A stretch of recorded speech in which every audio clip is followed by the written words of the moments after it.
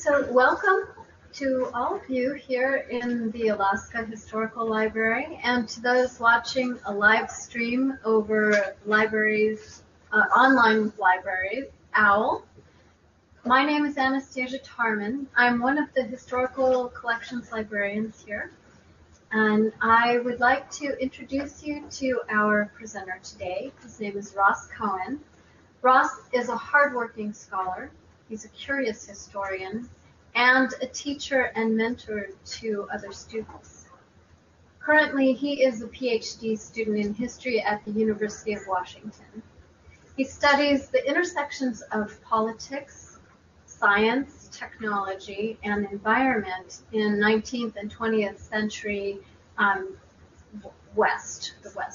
Northern American West. His dissertation focuses on a cultural and scientific history of North Pacific salmon fisheries from 1880 to about 1960. But however, Ross finds other topics of interest to write about along the way, as today's presentation indicates to you. Ross has written 3 well-received books and several articles, and he will, on Alaska-related topics, and there will be a book signing that he'll have to scramble to right after this talk at 1:30 at Hearthside Books, so you're welcome to join him down there as well. I just wanted to point out that this library also has an electronic copy of Ross's book. I'm sure you're going to want to buy your own copy. But just know that that is available to you as well, and you can inquire across the atrium at the information services for that. I wanted to also point out that unfortunately the wonderful display we have from the National Library of what is it, medicine? Sorry, is here in Alaska, right here in Juneau, and actually in this atrium, you'll notice that, well, it's no longer the atrium, it's in our library and across the hall. It's really well worth checking out. It's native voices, native concepts of health and illness, and it's quite a treat to have it here. It's a professionally done exhibit. It's an interactive exhibit. It's got materials from Alaska and all over the United States, and I encourage you to take a look at it. I'm sorry that it's broken up into segments, but it's still, you can just look at the information in our library and then go across the atrium to the other library, and maybe you'll discover something else along the way. So I hope you enjoyed today's talk, and please welcome Ross Coen.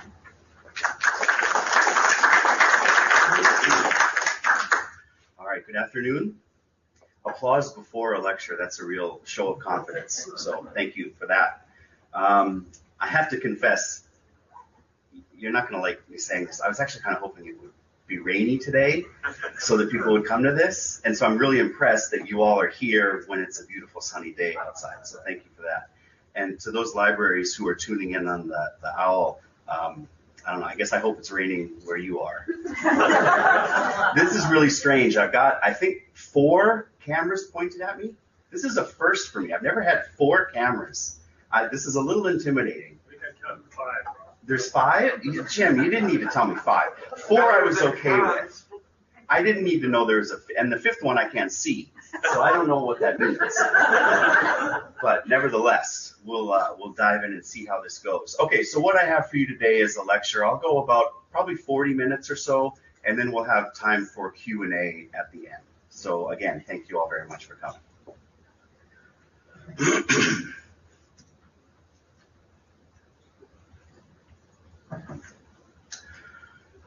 2 days before Christmas, 1944, an Alaska Native hunter and trapper named Charlie Fitka was hunting on the lower Yukon near the village of Marshall, which you see identified on this map here. And late in the day, nearing dusk, he looked up and he saw what he thought was a balloon about a half a mile in the sky and a half a mile away from where he was standing. He watched it for several minutes. It was definitely descending away from him.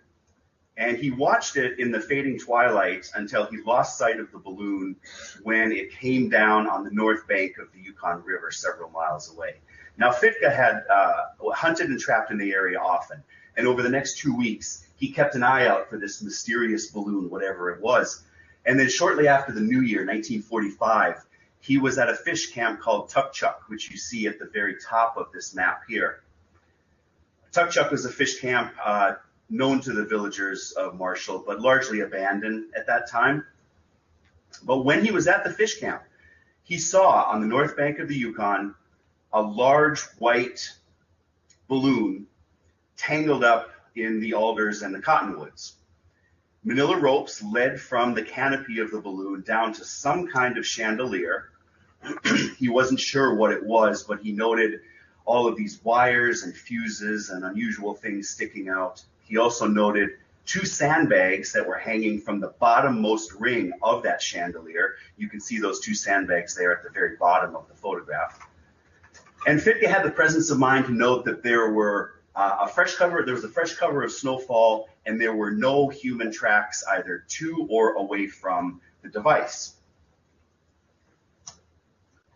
Coincidentally, that exact same week, another Alaska Native trapper named Nikolai Savage was on the coast at one of his fish camps, and he saw a similar balloon drift overhead. This balloon eventually became tangled in cottonwood trees near the village of Holy Cross. That's what you see pictured here.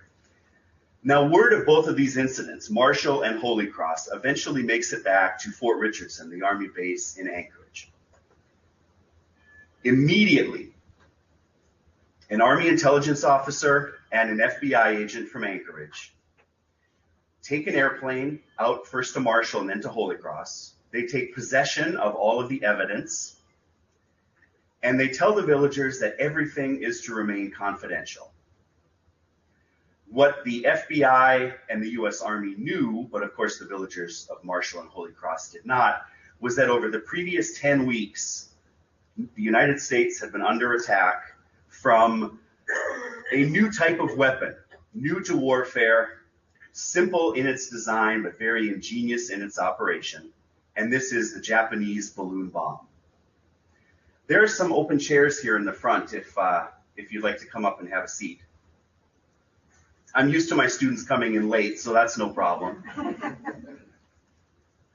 Now, the first of these mysterious Japanese balloons was fished out of the Pacific Ocean by sailors on a Coast Guard supply vessel near San Pedro, California, just south of Los Angeles. Here you see the sailors with that balloon. They're gathered around, gives you some idea of the size of the canopy. The second device was observed in flight, but never actually recovered near Thermopolis, Wyoming in December of 1944. There was a sheep herder out in the backcountry of Thermopolis, and late in the day, he saw this balloon drift overhead, and he saw something fall from the balloon. He later described it as a coffee can shaped and sized device that fell from the balloon and upon striking the ground exploded in a brilliant red flame that lit up the countryside for several seconds. The next morning, he went down to that site and he noted charred, burned rocks, and the smell of gunpowder was very heavy in the air. The FBI came to investigate, and this is one of their investigative photographs.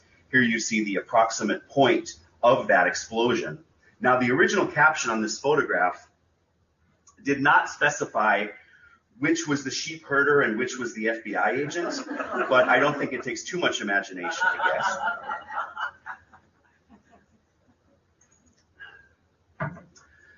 And then the third balloon incident, again in December 1944, occurred near Kalispell, Montana, when 2 woodcutters discovered a canopy stretched out on the ground. The canopy had been removed at the time this photograph was taken, but you see here the layout of the envelope. And the responders to this device noted that the canopy was filled with some kind of slushy liquid. They had to slice open the canopy in order to move it, and there was a yellow slushy liquid, smelled very strong of chemicals, and produced a stinging sensation to the eyes. Now, at this time, It's not clear to the FBI or the Army what these devices are and where they're coming from. But the Kalispell device was significant because pasted at the top of the envelope was a small paper factory tag with characters that appeared to be Japanese in origin. Now, this tag was brought to a Japanese immigrant who had lived in the Kalispell area for many, many years. He translated it as a number 2 envelope of exceptional quality, produced on this date, shipped on this date. I mean, it was banal information. But the mere fact that it was Japanese in nature lent greater urgency to the investigation. It told Americans that these balloons were coming all the way from Japan. And in fact, investigators would come to learn that these were Japanese balloon bombs. Fusenbakudan in Japanese, which translates as balloon bombs, also as fire balloons, also called Fugo, F-U-G-O. That was the code name for these balloons in Japan, and also the name of my book. Large paper balloons, 30 feet in diameter, filled with hydrogen, which gave them a lifting capacity of several hundred pounds. These balloons were launched in Japan, ascended up to between 30 and 40,000 feet, whereupon they entered the strong westerly winds of the upper atmosphere. Now, today we call this the jet stream. That name didn't actually come along until after the war. But the Japanese had extensive knowledge of those westerly winds dating back to the 1920s. And they knew that to launch a balloon in Japan, once it reached the jet stream, would be carried across the Pacific Ocean and arrive in North America in 3 to 4 days. They armed these balloons with a number of different explosives, incendiary devices, also high explosive anti-personnel bombs, which I'll tell you about a little bit later. When we think of the history of the Second World War, we tend to think of the United States as being relatively isolated, protected by virtue of the Atlantic Ocean on one side and the Pacific Ocean on the other. And that's largely true.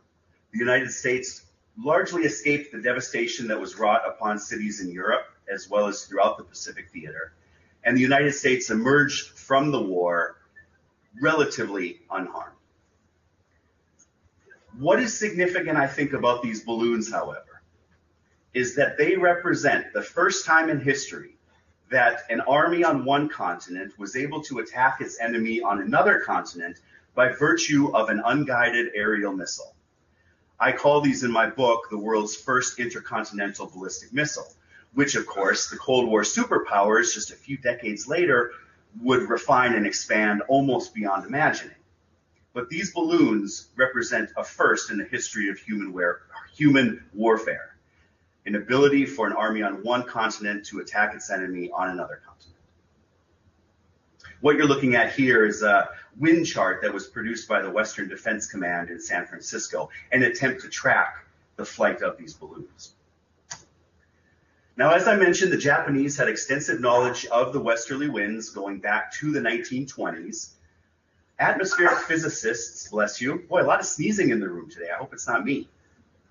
Atmospheric physicists in Japan were able to track these winds, map their seasonal progress, and did 2 or 3 years of extensive testing with balloons in order to refine the design that was necessary to cross the Pacific Ocean. Here you see one of the wind charts produced by some of the atmospheric physicists in the Japanese Imperial Army. Now, the design that they ultimately came up with is pictured here in a diagram that was drawn after the war by the Smithsonian Institution. Here again is that paper envelope, 30 feet in diameter, filled with hydrogen. You see the manila ropes coming down to the chandelier. The chandelier is comprised not only of bombs, but of a very complex altitude control mechanism. Now, engineers at the Noborito Institute near Tokyo, this is the institute of the Japanese Imperial Army that designed these weapons. Those engineers faced 2 problems with regard to this campaign. Any balloon that ascended to 30 or 40,000 feet and spent 3 or 4 or even 5 days in the air was going to experience the cycles of high daytime temperatures and the intense solar radiation of the upper atmosphere, but also the sub-zero temperatures of the nighttime over the Pacific. Now, during the day, the balloon was going to experience that intense solar radiation, and that fixed volume of hydrogen inside the envelope was going to expand and possibly burst the envelope, sending the entire contraption down into the ocean, unless some mechanism could be devised for venting off that excess expanding gas. This problem is very easily solved with a pressure release valve you see pictured here. It's simply two metal discs with a rubber gasket held together by a coaxial spring attached at the bottom, the inflation nipple of the envelope. Now, whenever the pressure inside the balloon exceeded that pressure of the axial spring, those two metal discs would burst open and vent off small amounts of hydrogen, thereby preventing the envelope from bursting. Pretty easy. The engineers who designed this weapon, however, faced the exact opposite problem at night. The temperatures at night at 40,000 feet fall to minus 50 degrees Celsius. And so that fixed volume of hydrogen is going to contract under the cold temperatures. The balloon will lose altitude, dropping out of the jet stream, and in fact, dropping all the way into the ocean altogether. So the challenge facing the engineers is, how do you keep a balloon at 30,000 feet through that long, cold night? And for this, they developed an altitude control mechanism you see pictured here. 32 sandbags, each weighing about 7 pounds, are held in place around the bottommost ring of the chandelier. Each sandbag is held in place by a blow plug. It's like a small cartridge of black powder, which is connected to a fuse, which is connected to altimeters that are wired into a low voltage circuit. Okay? How it works is this. When that hydrogen contracts and the balloon loses altitude, the moment it drops below the 30,000 foot threshold, the altimeters close an electrical circuit, which ignites the fuse, which fires the first blow plug, which drops sandbag number 1. The vehicle is now 7 pounds lighter than it was before, and presumably will ascend back up into the jet stream. Now, the moment that sandbag number 1 is dropped, it ignites a second fuse. This is a view from the bottom of the mechanism. That second fuse takes 2 minutes and 14 seconds to burn across the ring to sandbag number 2. If the vehicle is still below 30,000 feet, the altimeter still has that electric circuit closed. Fuse number 2 is lit, blow plug number 2 is fired, and sandbag number 2 is dropped. The vehicle is now 14 pounds lighter than it was before. This process continues, alternating sides of the mechanism, dropping sandbags until enough weight has been lost so the vehicle reascends above 30,000 feet, the altimeter opens the circuit, and the balloon continues on its way. Through 2 years of testing, the Japanese determined that about 30 to 40 cycles of ballast release were necessary to keep the vehicle in the air for 5 days. Once all of the sandbags had been dropped, all 32, now only the bombs remain. The one on the left is an incendiary device. This is the coffee can that the sheep herder in Wyoming saw. It's packed with thermite, which is a powder that burns at a very, very high temperature. And the idea here from the Japanese perspective is that when the incendiary struck the ground and ignited into that brilliant red flame, it would ignite wildfires that the Americans would be forced to fight by diverting resources that otherwise would be used in the Pacific theater.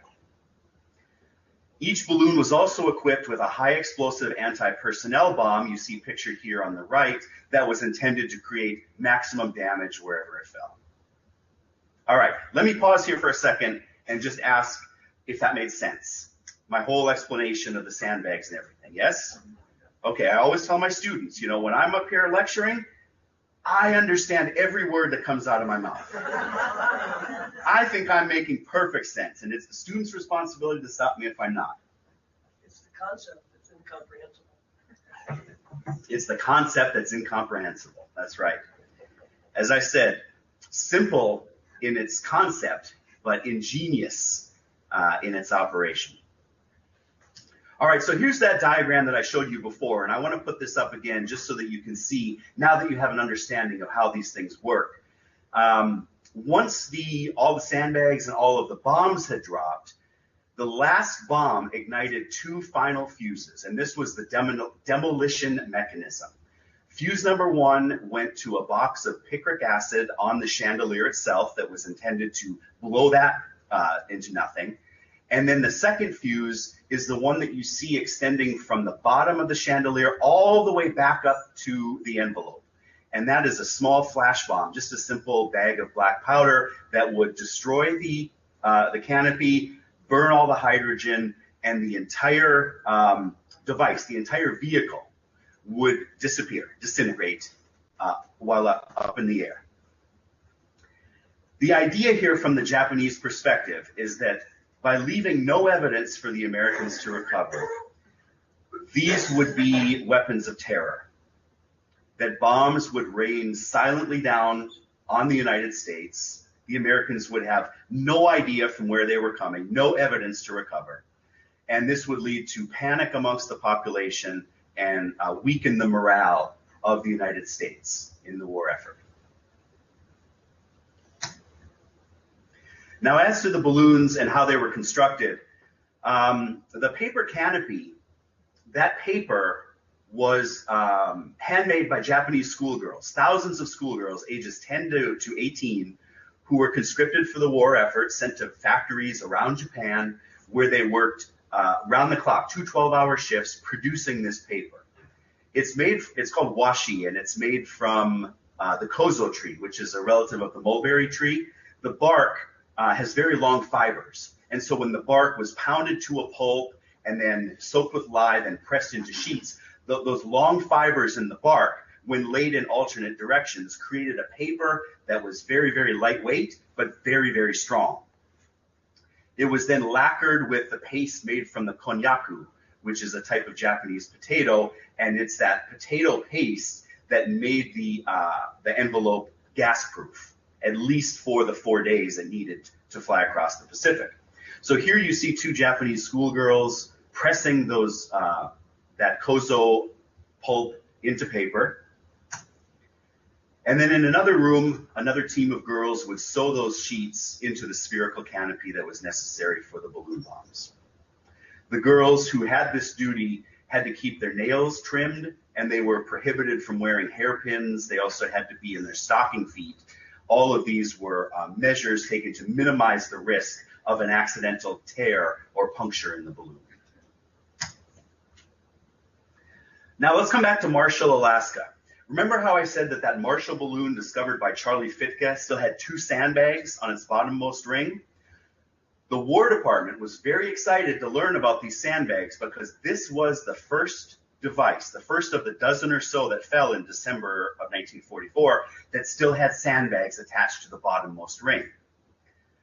Those 2 sandbags were sent to the U.S. Geological Survey in Washington, D.C., where they were subjected to microscopic analysis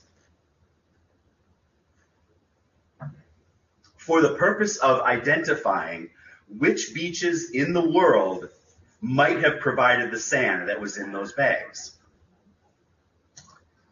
Geologists found that the sand was salt and pepper in color.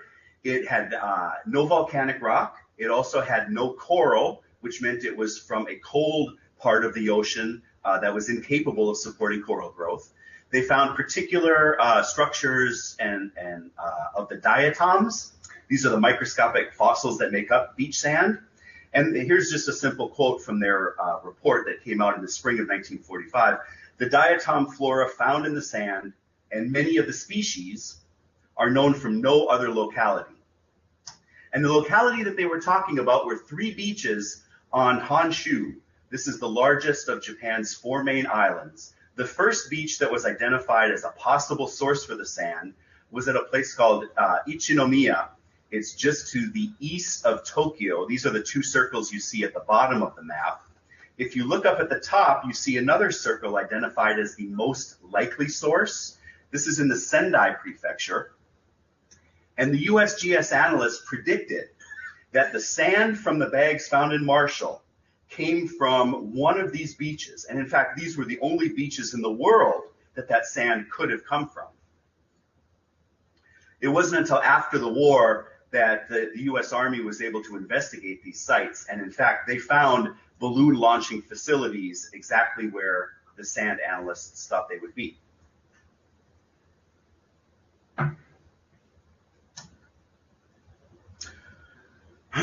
Excuse me.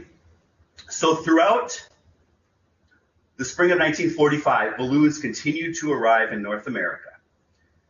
The United States, of course, but also Canada, and 2 even landed in Mexico. About 30 or so landed here in Alaska. I'll tell you about those balloons in just a moment. At one point, there were 3 or 4 or 5, as many as 8 balloons landing every single day throughout the western states. In March of 1945, the largest single-day total occurred when 14 balloons arrived in the Pacific Northwest in a single day. The one you see here was found at a place called Bigelow, Kansas. This is February or March of 1945. This one is in Northern California.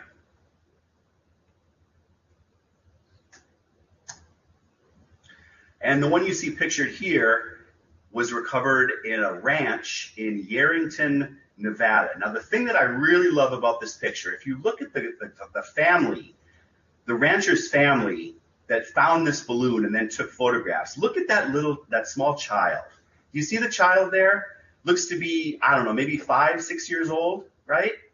The thing that I just love about this photograph, okay, I grew up in a small town in North Dakota where, trust me, nothing ever happened, okay? I can identify with this kid. And when I was 5 years old, if that landed in my backyard, that would be the greatest thing to happen that year. I can just imagine how excited that child is. Fortunately, no bombs were still attached to this balloon. The Army Air Force put its pilots on alert throughout the western states and Alaska to be on the lookout for any airborne balloons, and there was something of a standing order to shoot down any balloons where there was no threat to the balloon coming down in a populated area. In April of 1945, pilots from the 11th Air Force out on the Aleutian Islands found 10 balloons floating together at about 20,000 feet, grouped together in formation, riding the same wind currents. And over the course of the day, the pilots shot 9 of them down. And what you're looking at here are the gun camera photographs from one of those shoot downs on the Aleutians.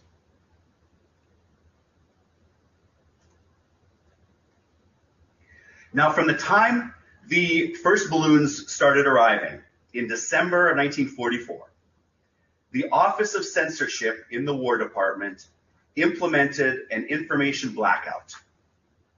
They held meetings with newspaper editors throughout the western states, also with radio broadcasters, and the journalists were asked, not required to, but were asked to keep any mention of these balloon landings out of the newspapers and off of the radio broadcasts.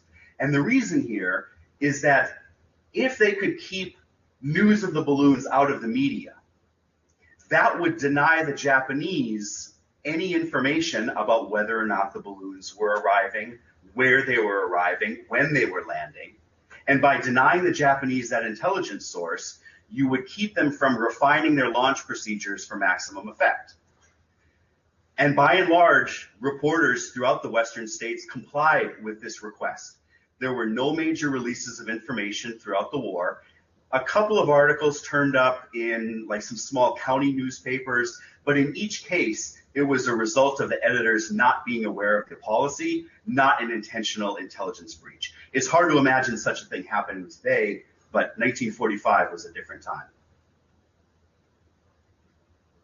That said, however, The Japanese balloons ended up in the funny papers, the Sunday comics, in April of 1945. This is Tim Tyler's Luck, which is a comic that I'm not familiar with. Maybe you are. And here you see a submarine, a periscope operator. He spies one of these. They surface and they note that it's some kind of free balloon. The captain orders the gunners to rip holes in the balloon to send it crashing into the ocean.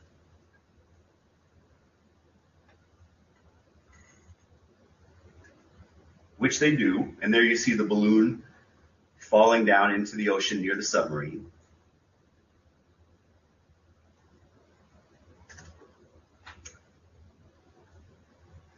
The sailors haul it aboard. They note that it's got Jap markings on it. And the captain says that it looks like something recently reported in the United States.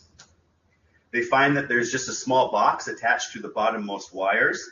That's Tim, incidentally. That's Tim Tyler. The comic follows Tim and his sidekick Spud on their adventures around the world. And here they are on submarine duty in the South Pacific.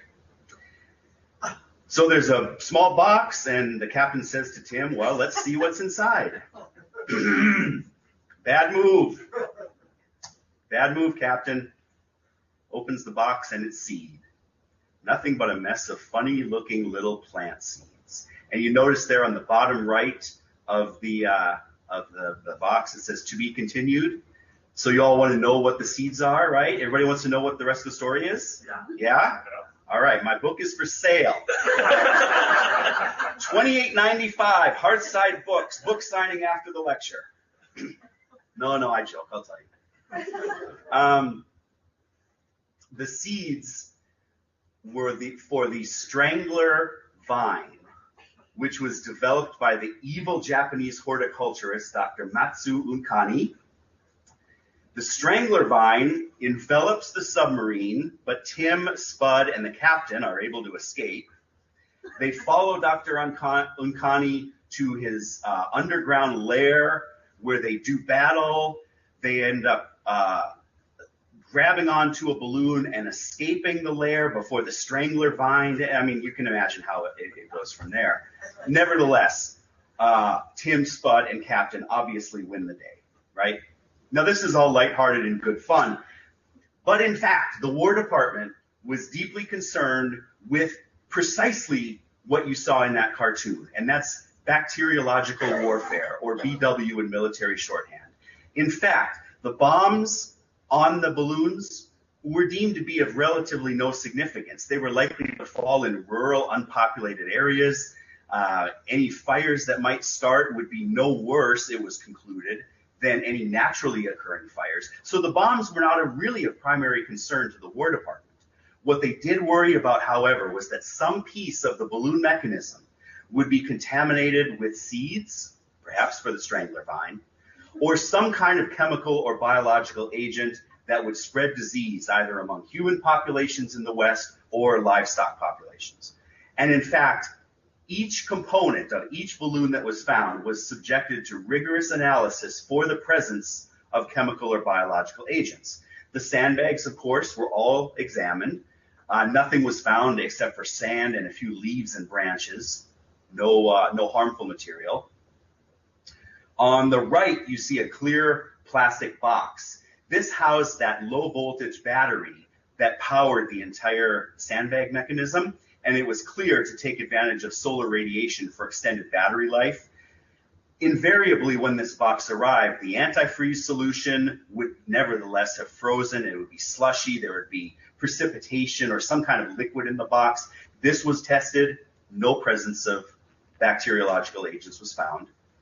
Also, the incendiary devices that you see pictured in the center here were also tested for the presence of any agents. None were found, and in fact, U.S. investigators after the war learned that the Japanese did weaponize no balloons with chemical or biological agents, and in fact had no plans to for the war. Incidentally, you'll also notice that the incendiary device is burned and corroded there on one side. Well, there's a reason for that. This one fell in a small town called Minton, Saskatchewan. Now, let me ask you, so if there's a press blackout and these balloons land in a field somewhere. Nobody knows what they are. Nobody knows that they're dangerous. Who's the first one on the scene? 10-year-old kids, right? All the boys. Well, a group of boys found the Minton, Saskatchewan balloon. They saw this canister. They had to know what's inside, and what's the best way to get inside? They took a red-hot poker and tried to melt the solder that was holding the canister shut. It's really a wonder that there weren't more accidents. There was one accident, however, and I'll tell you about that in just a moment. So the balloon campaign ends in April of 1945, and of course that August, with the dropping of the 2 atomic bombs on Hiroshima and Nagasaki, the war ends, Japan surrenders, and U.S. forces, when they enter Japan, a number of scientists, including Carl Compton, who was the president of MIT, went to Tokyo with the intent of interviewing Japanese officers, officials at these research laboratories, to assess the state of their weapons development during the war. One of the men that they interviewed was Major General Sueki Kusaba, who is pictured here. He was the director of the balloon bomb program. And by interviewing Major General Kusaba, they learned a number of interesting things. First, as I mentioned previously, no bacteriological or chemical weapons on the balloons. They also learned that the Japanese launched 9,000 balloons from November of 1944 to April of 1945. Now, both Japan and the War Department estimated that between 7 and 10% of the total launched were likely to survive the transoceanic crossing and arrive in North America. That means as many as 900 may have arrived. I'll come back to that point a little bit later. They also learned from Major General Kusaba that the campaign had been discontinued in April 1945 for a couple of reasons. First, Japan was so resource poor by that stage of the war that they simply could no longer continue the offensive. American B-29 bombing raids in March of 1945 destroyed 2 chemical manufacturing plants just outside of Tokyo, and that severely hindered the Japanese ability to produce hydrogen. And with no hydrogen, they couldn't inflate the balloons. That led them to cancel the program. But General Kusaba mentioned, the program was also discontinued for a second reason, and that is that they could get no information about where and when, or even whether any of these balloons were arriving in North America. In fact, the information blackout that was instituted by the Office of Censorship worked exactly as it was designed. The Japanese, with no information, concluded that the experiment was a failure, that likely all of the balloons were going into the Pacific, and that led them to cancel the program. Now, one of the points that I make in my book has to do with the nature of total war. The war between the United States and Japan in World War II was significant, even by the brutal standards of warfare, in that total extermination of the enemy was seen as a legitimate goal. It was a highly racialized war, dependent on racialized images, stereotypes of the other. John Dower, a historian, he wrote a terrific book called War Without Mercy, in which he explores these avenues of total war, total destruction of the enemy.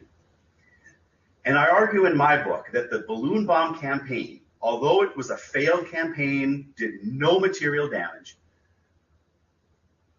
is actually not that different from the firebombing raids conducted by American B-29s in March and April of 1945 that burned many Japanese cities to ashes. What you're looking at here is a photograph of Operation Meeting House. This was a firebomb in Tokyo in March of 1945, destroyed large parts of the city, estimated to have killed over 100,000 people. That's more than died in Hiroshima and Nagasaki.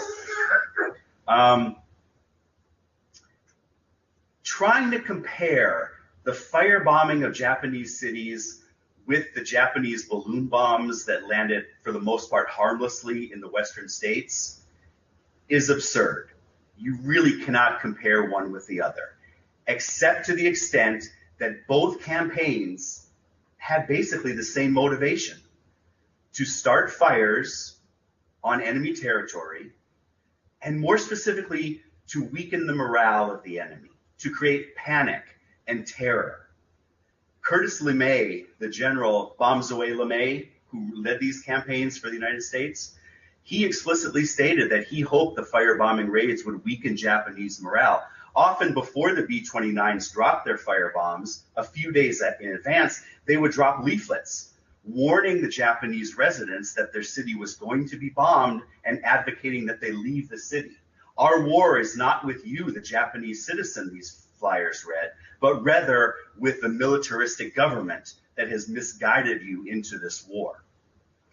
And so when you think of weapons of terror, creating panic, starting fires, in that sense, the balloon bombs and the firebombing raids actually have a great deal in common. That's what I argue in my book anyway. Now, this is a fairly obscure topic, and most people have never heard of the Japanese balloon bombs. Those that have, however, if they've heard of anything, if you've heard of anything, it's likely that you've heard of the deaths in South Central Oregon in May of 1945. On Saturday, May 5th, 1945, the Reverend Archie Mitchell and his wife Elsie, pictured here on their wedding day, they took 5 children from their Sunday school class out for a day of picnicking and fishing outside of Bly, Oregon. This is South Central Oregon, just east of Klamath Falls. They went up Gearhart Mountain, they parked the car, the kids jumped out of the car, started running down to the creek to start fishing, and as they were running down, one of the children spotted on the ground a large paper balloon and some kind of device attached to it. They had no idea what it was. The 5 children all gathered for a look. Elsie Mitchell jumped out of the car and she ran after the kids to check what they were looking at. Archie Mitchell had just parked the car and he was actually opening the trunk and getting out the picnic baskets and the fishing poles and everything else. And at that moment, his wife called out to him, "Honey, come have a look at what we found." Archie Mitchell later reported that he turned to look and he took just a couple of steps toward them. He saw the group was gathered in a tight circle looking at something on the ground. Now, we'll never know exactly what happened, but apparently one of the children picked up the device, the bomb detonated. All 5 children, ages 10 to 14, were killed, and Elsie Mitchell, who was 5 months pregnant with their first child, was also killed instantly. These are the only fatalities on the mainland United States, now that's excluding Pearl Harbor and the Aleutians, from enemy action during World War II. This is the detritus from the balloon bomb after the explosion. You can identify some parts now, knowing what you know about the balloons. And here are the fragments of the explosives. The gentleman on the left, in his right hand, is holding what you can easily see as a tail fin from that high explosive bomb. That's what detonated and killed all 6 people. The gentleman on the right, in his left hand, he is holding some kind of tin box. Excuse me. That was the picric acid that was the demolition block on the chandelier. And in fact, Archie Mitchell, following the explosion, when he ran to the scene and saw the horror of what had happened, the picric acid actually had there's no good way of saying this. It had splattered on his wife and set her clothes ablaze. There were 2 Forest Service workers who were working in the area. They came running when they heard the explosion, and what they found was Archie Mitchell lying over his prostrate wife, and he was beating up the fire with his bare hands. This is a ponderosa pine that's just 5 feet from where the explosion occurred, and here you see the scars on the trunk of the tree where the shrapnel from the bombs became embedded. And that tree still stands next to a monument that was erected in 1950 and then rededicated in 1995 on the 50th anniversary of the explosion. And this is a monument to the 6 victims of the Japanese balloon bomb, the only fatalities to occur as a result of this campaign. And there you see the ponderosa pine directly behind the monument with the scars still visible. Incidentally, I'm not sure if you can see on this photograph, but if you look to the right, your right of the monument, there's a small tree with red leaves. Can you see that? That's a cherry tree. A group of the Japanese schoolgirls in 1995, girls no longer, they came to Bly, Oregon to pay homage to the victims and asked for forgiveness. And they brought with them these cherry trees, which they planted at the site as a show of healing and forgiveness after the war. All right, almost done here. Even though the war ended, balloons were still on the ground. And in fact, in 1946, 47, 48, 49, a number of balloons were discovered lying on the ground throughout the Pacific Northwest, and also one in Alaska. If you look at the headline, or the date line, for the Fairbanks newspaper, you see January 3rd, 1955, almost a decade after the end of the war. A Bush pilot was flying over Fort Yukon, saw what he thought initially was actually a parachute on the ground. He told Ladd Air Base in Fairbanks, "You've got to get up there. There's a parachutist who needs help." When they investigated, they found that it was actually a Japanese balloon that had been on the ground for 10 years. Live ordnance still attached. Now, remember before I said that the Japanese launched 9,000 balloons and it's estimated that as many as 10% may have arrived?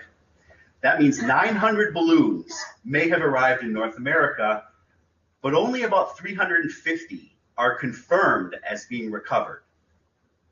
What that means is that it's possible there are dozens, perhaps hundreds of balloons that landed but were never recovered and are still out there.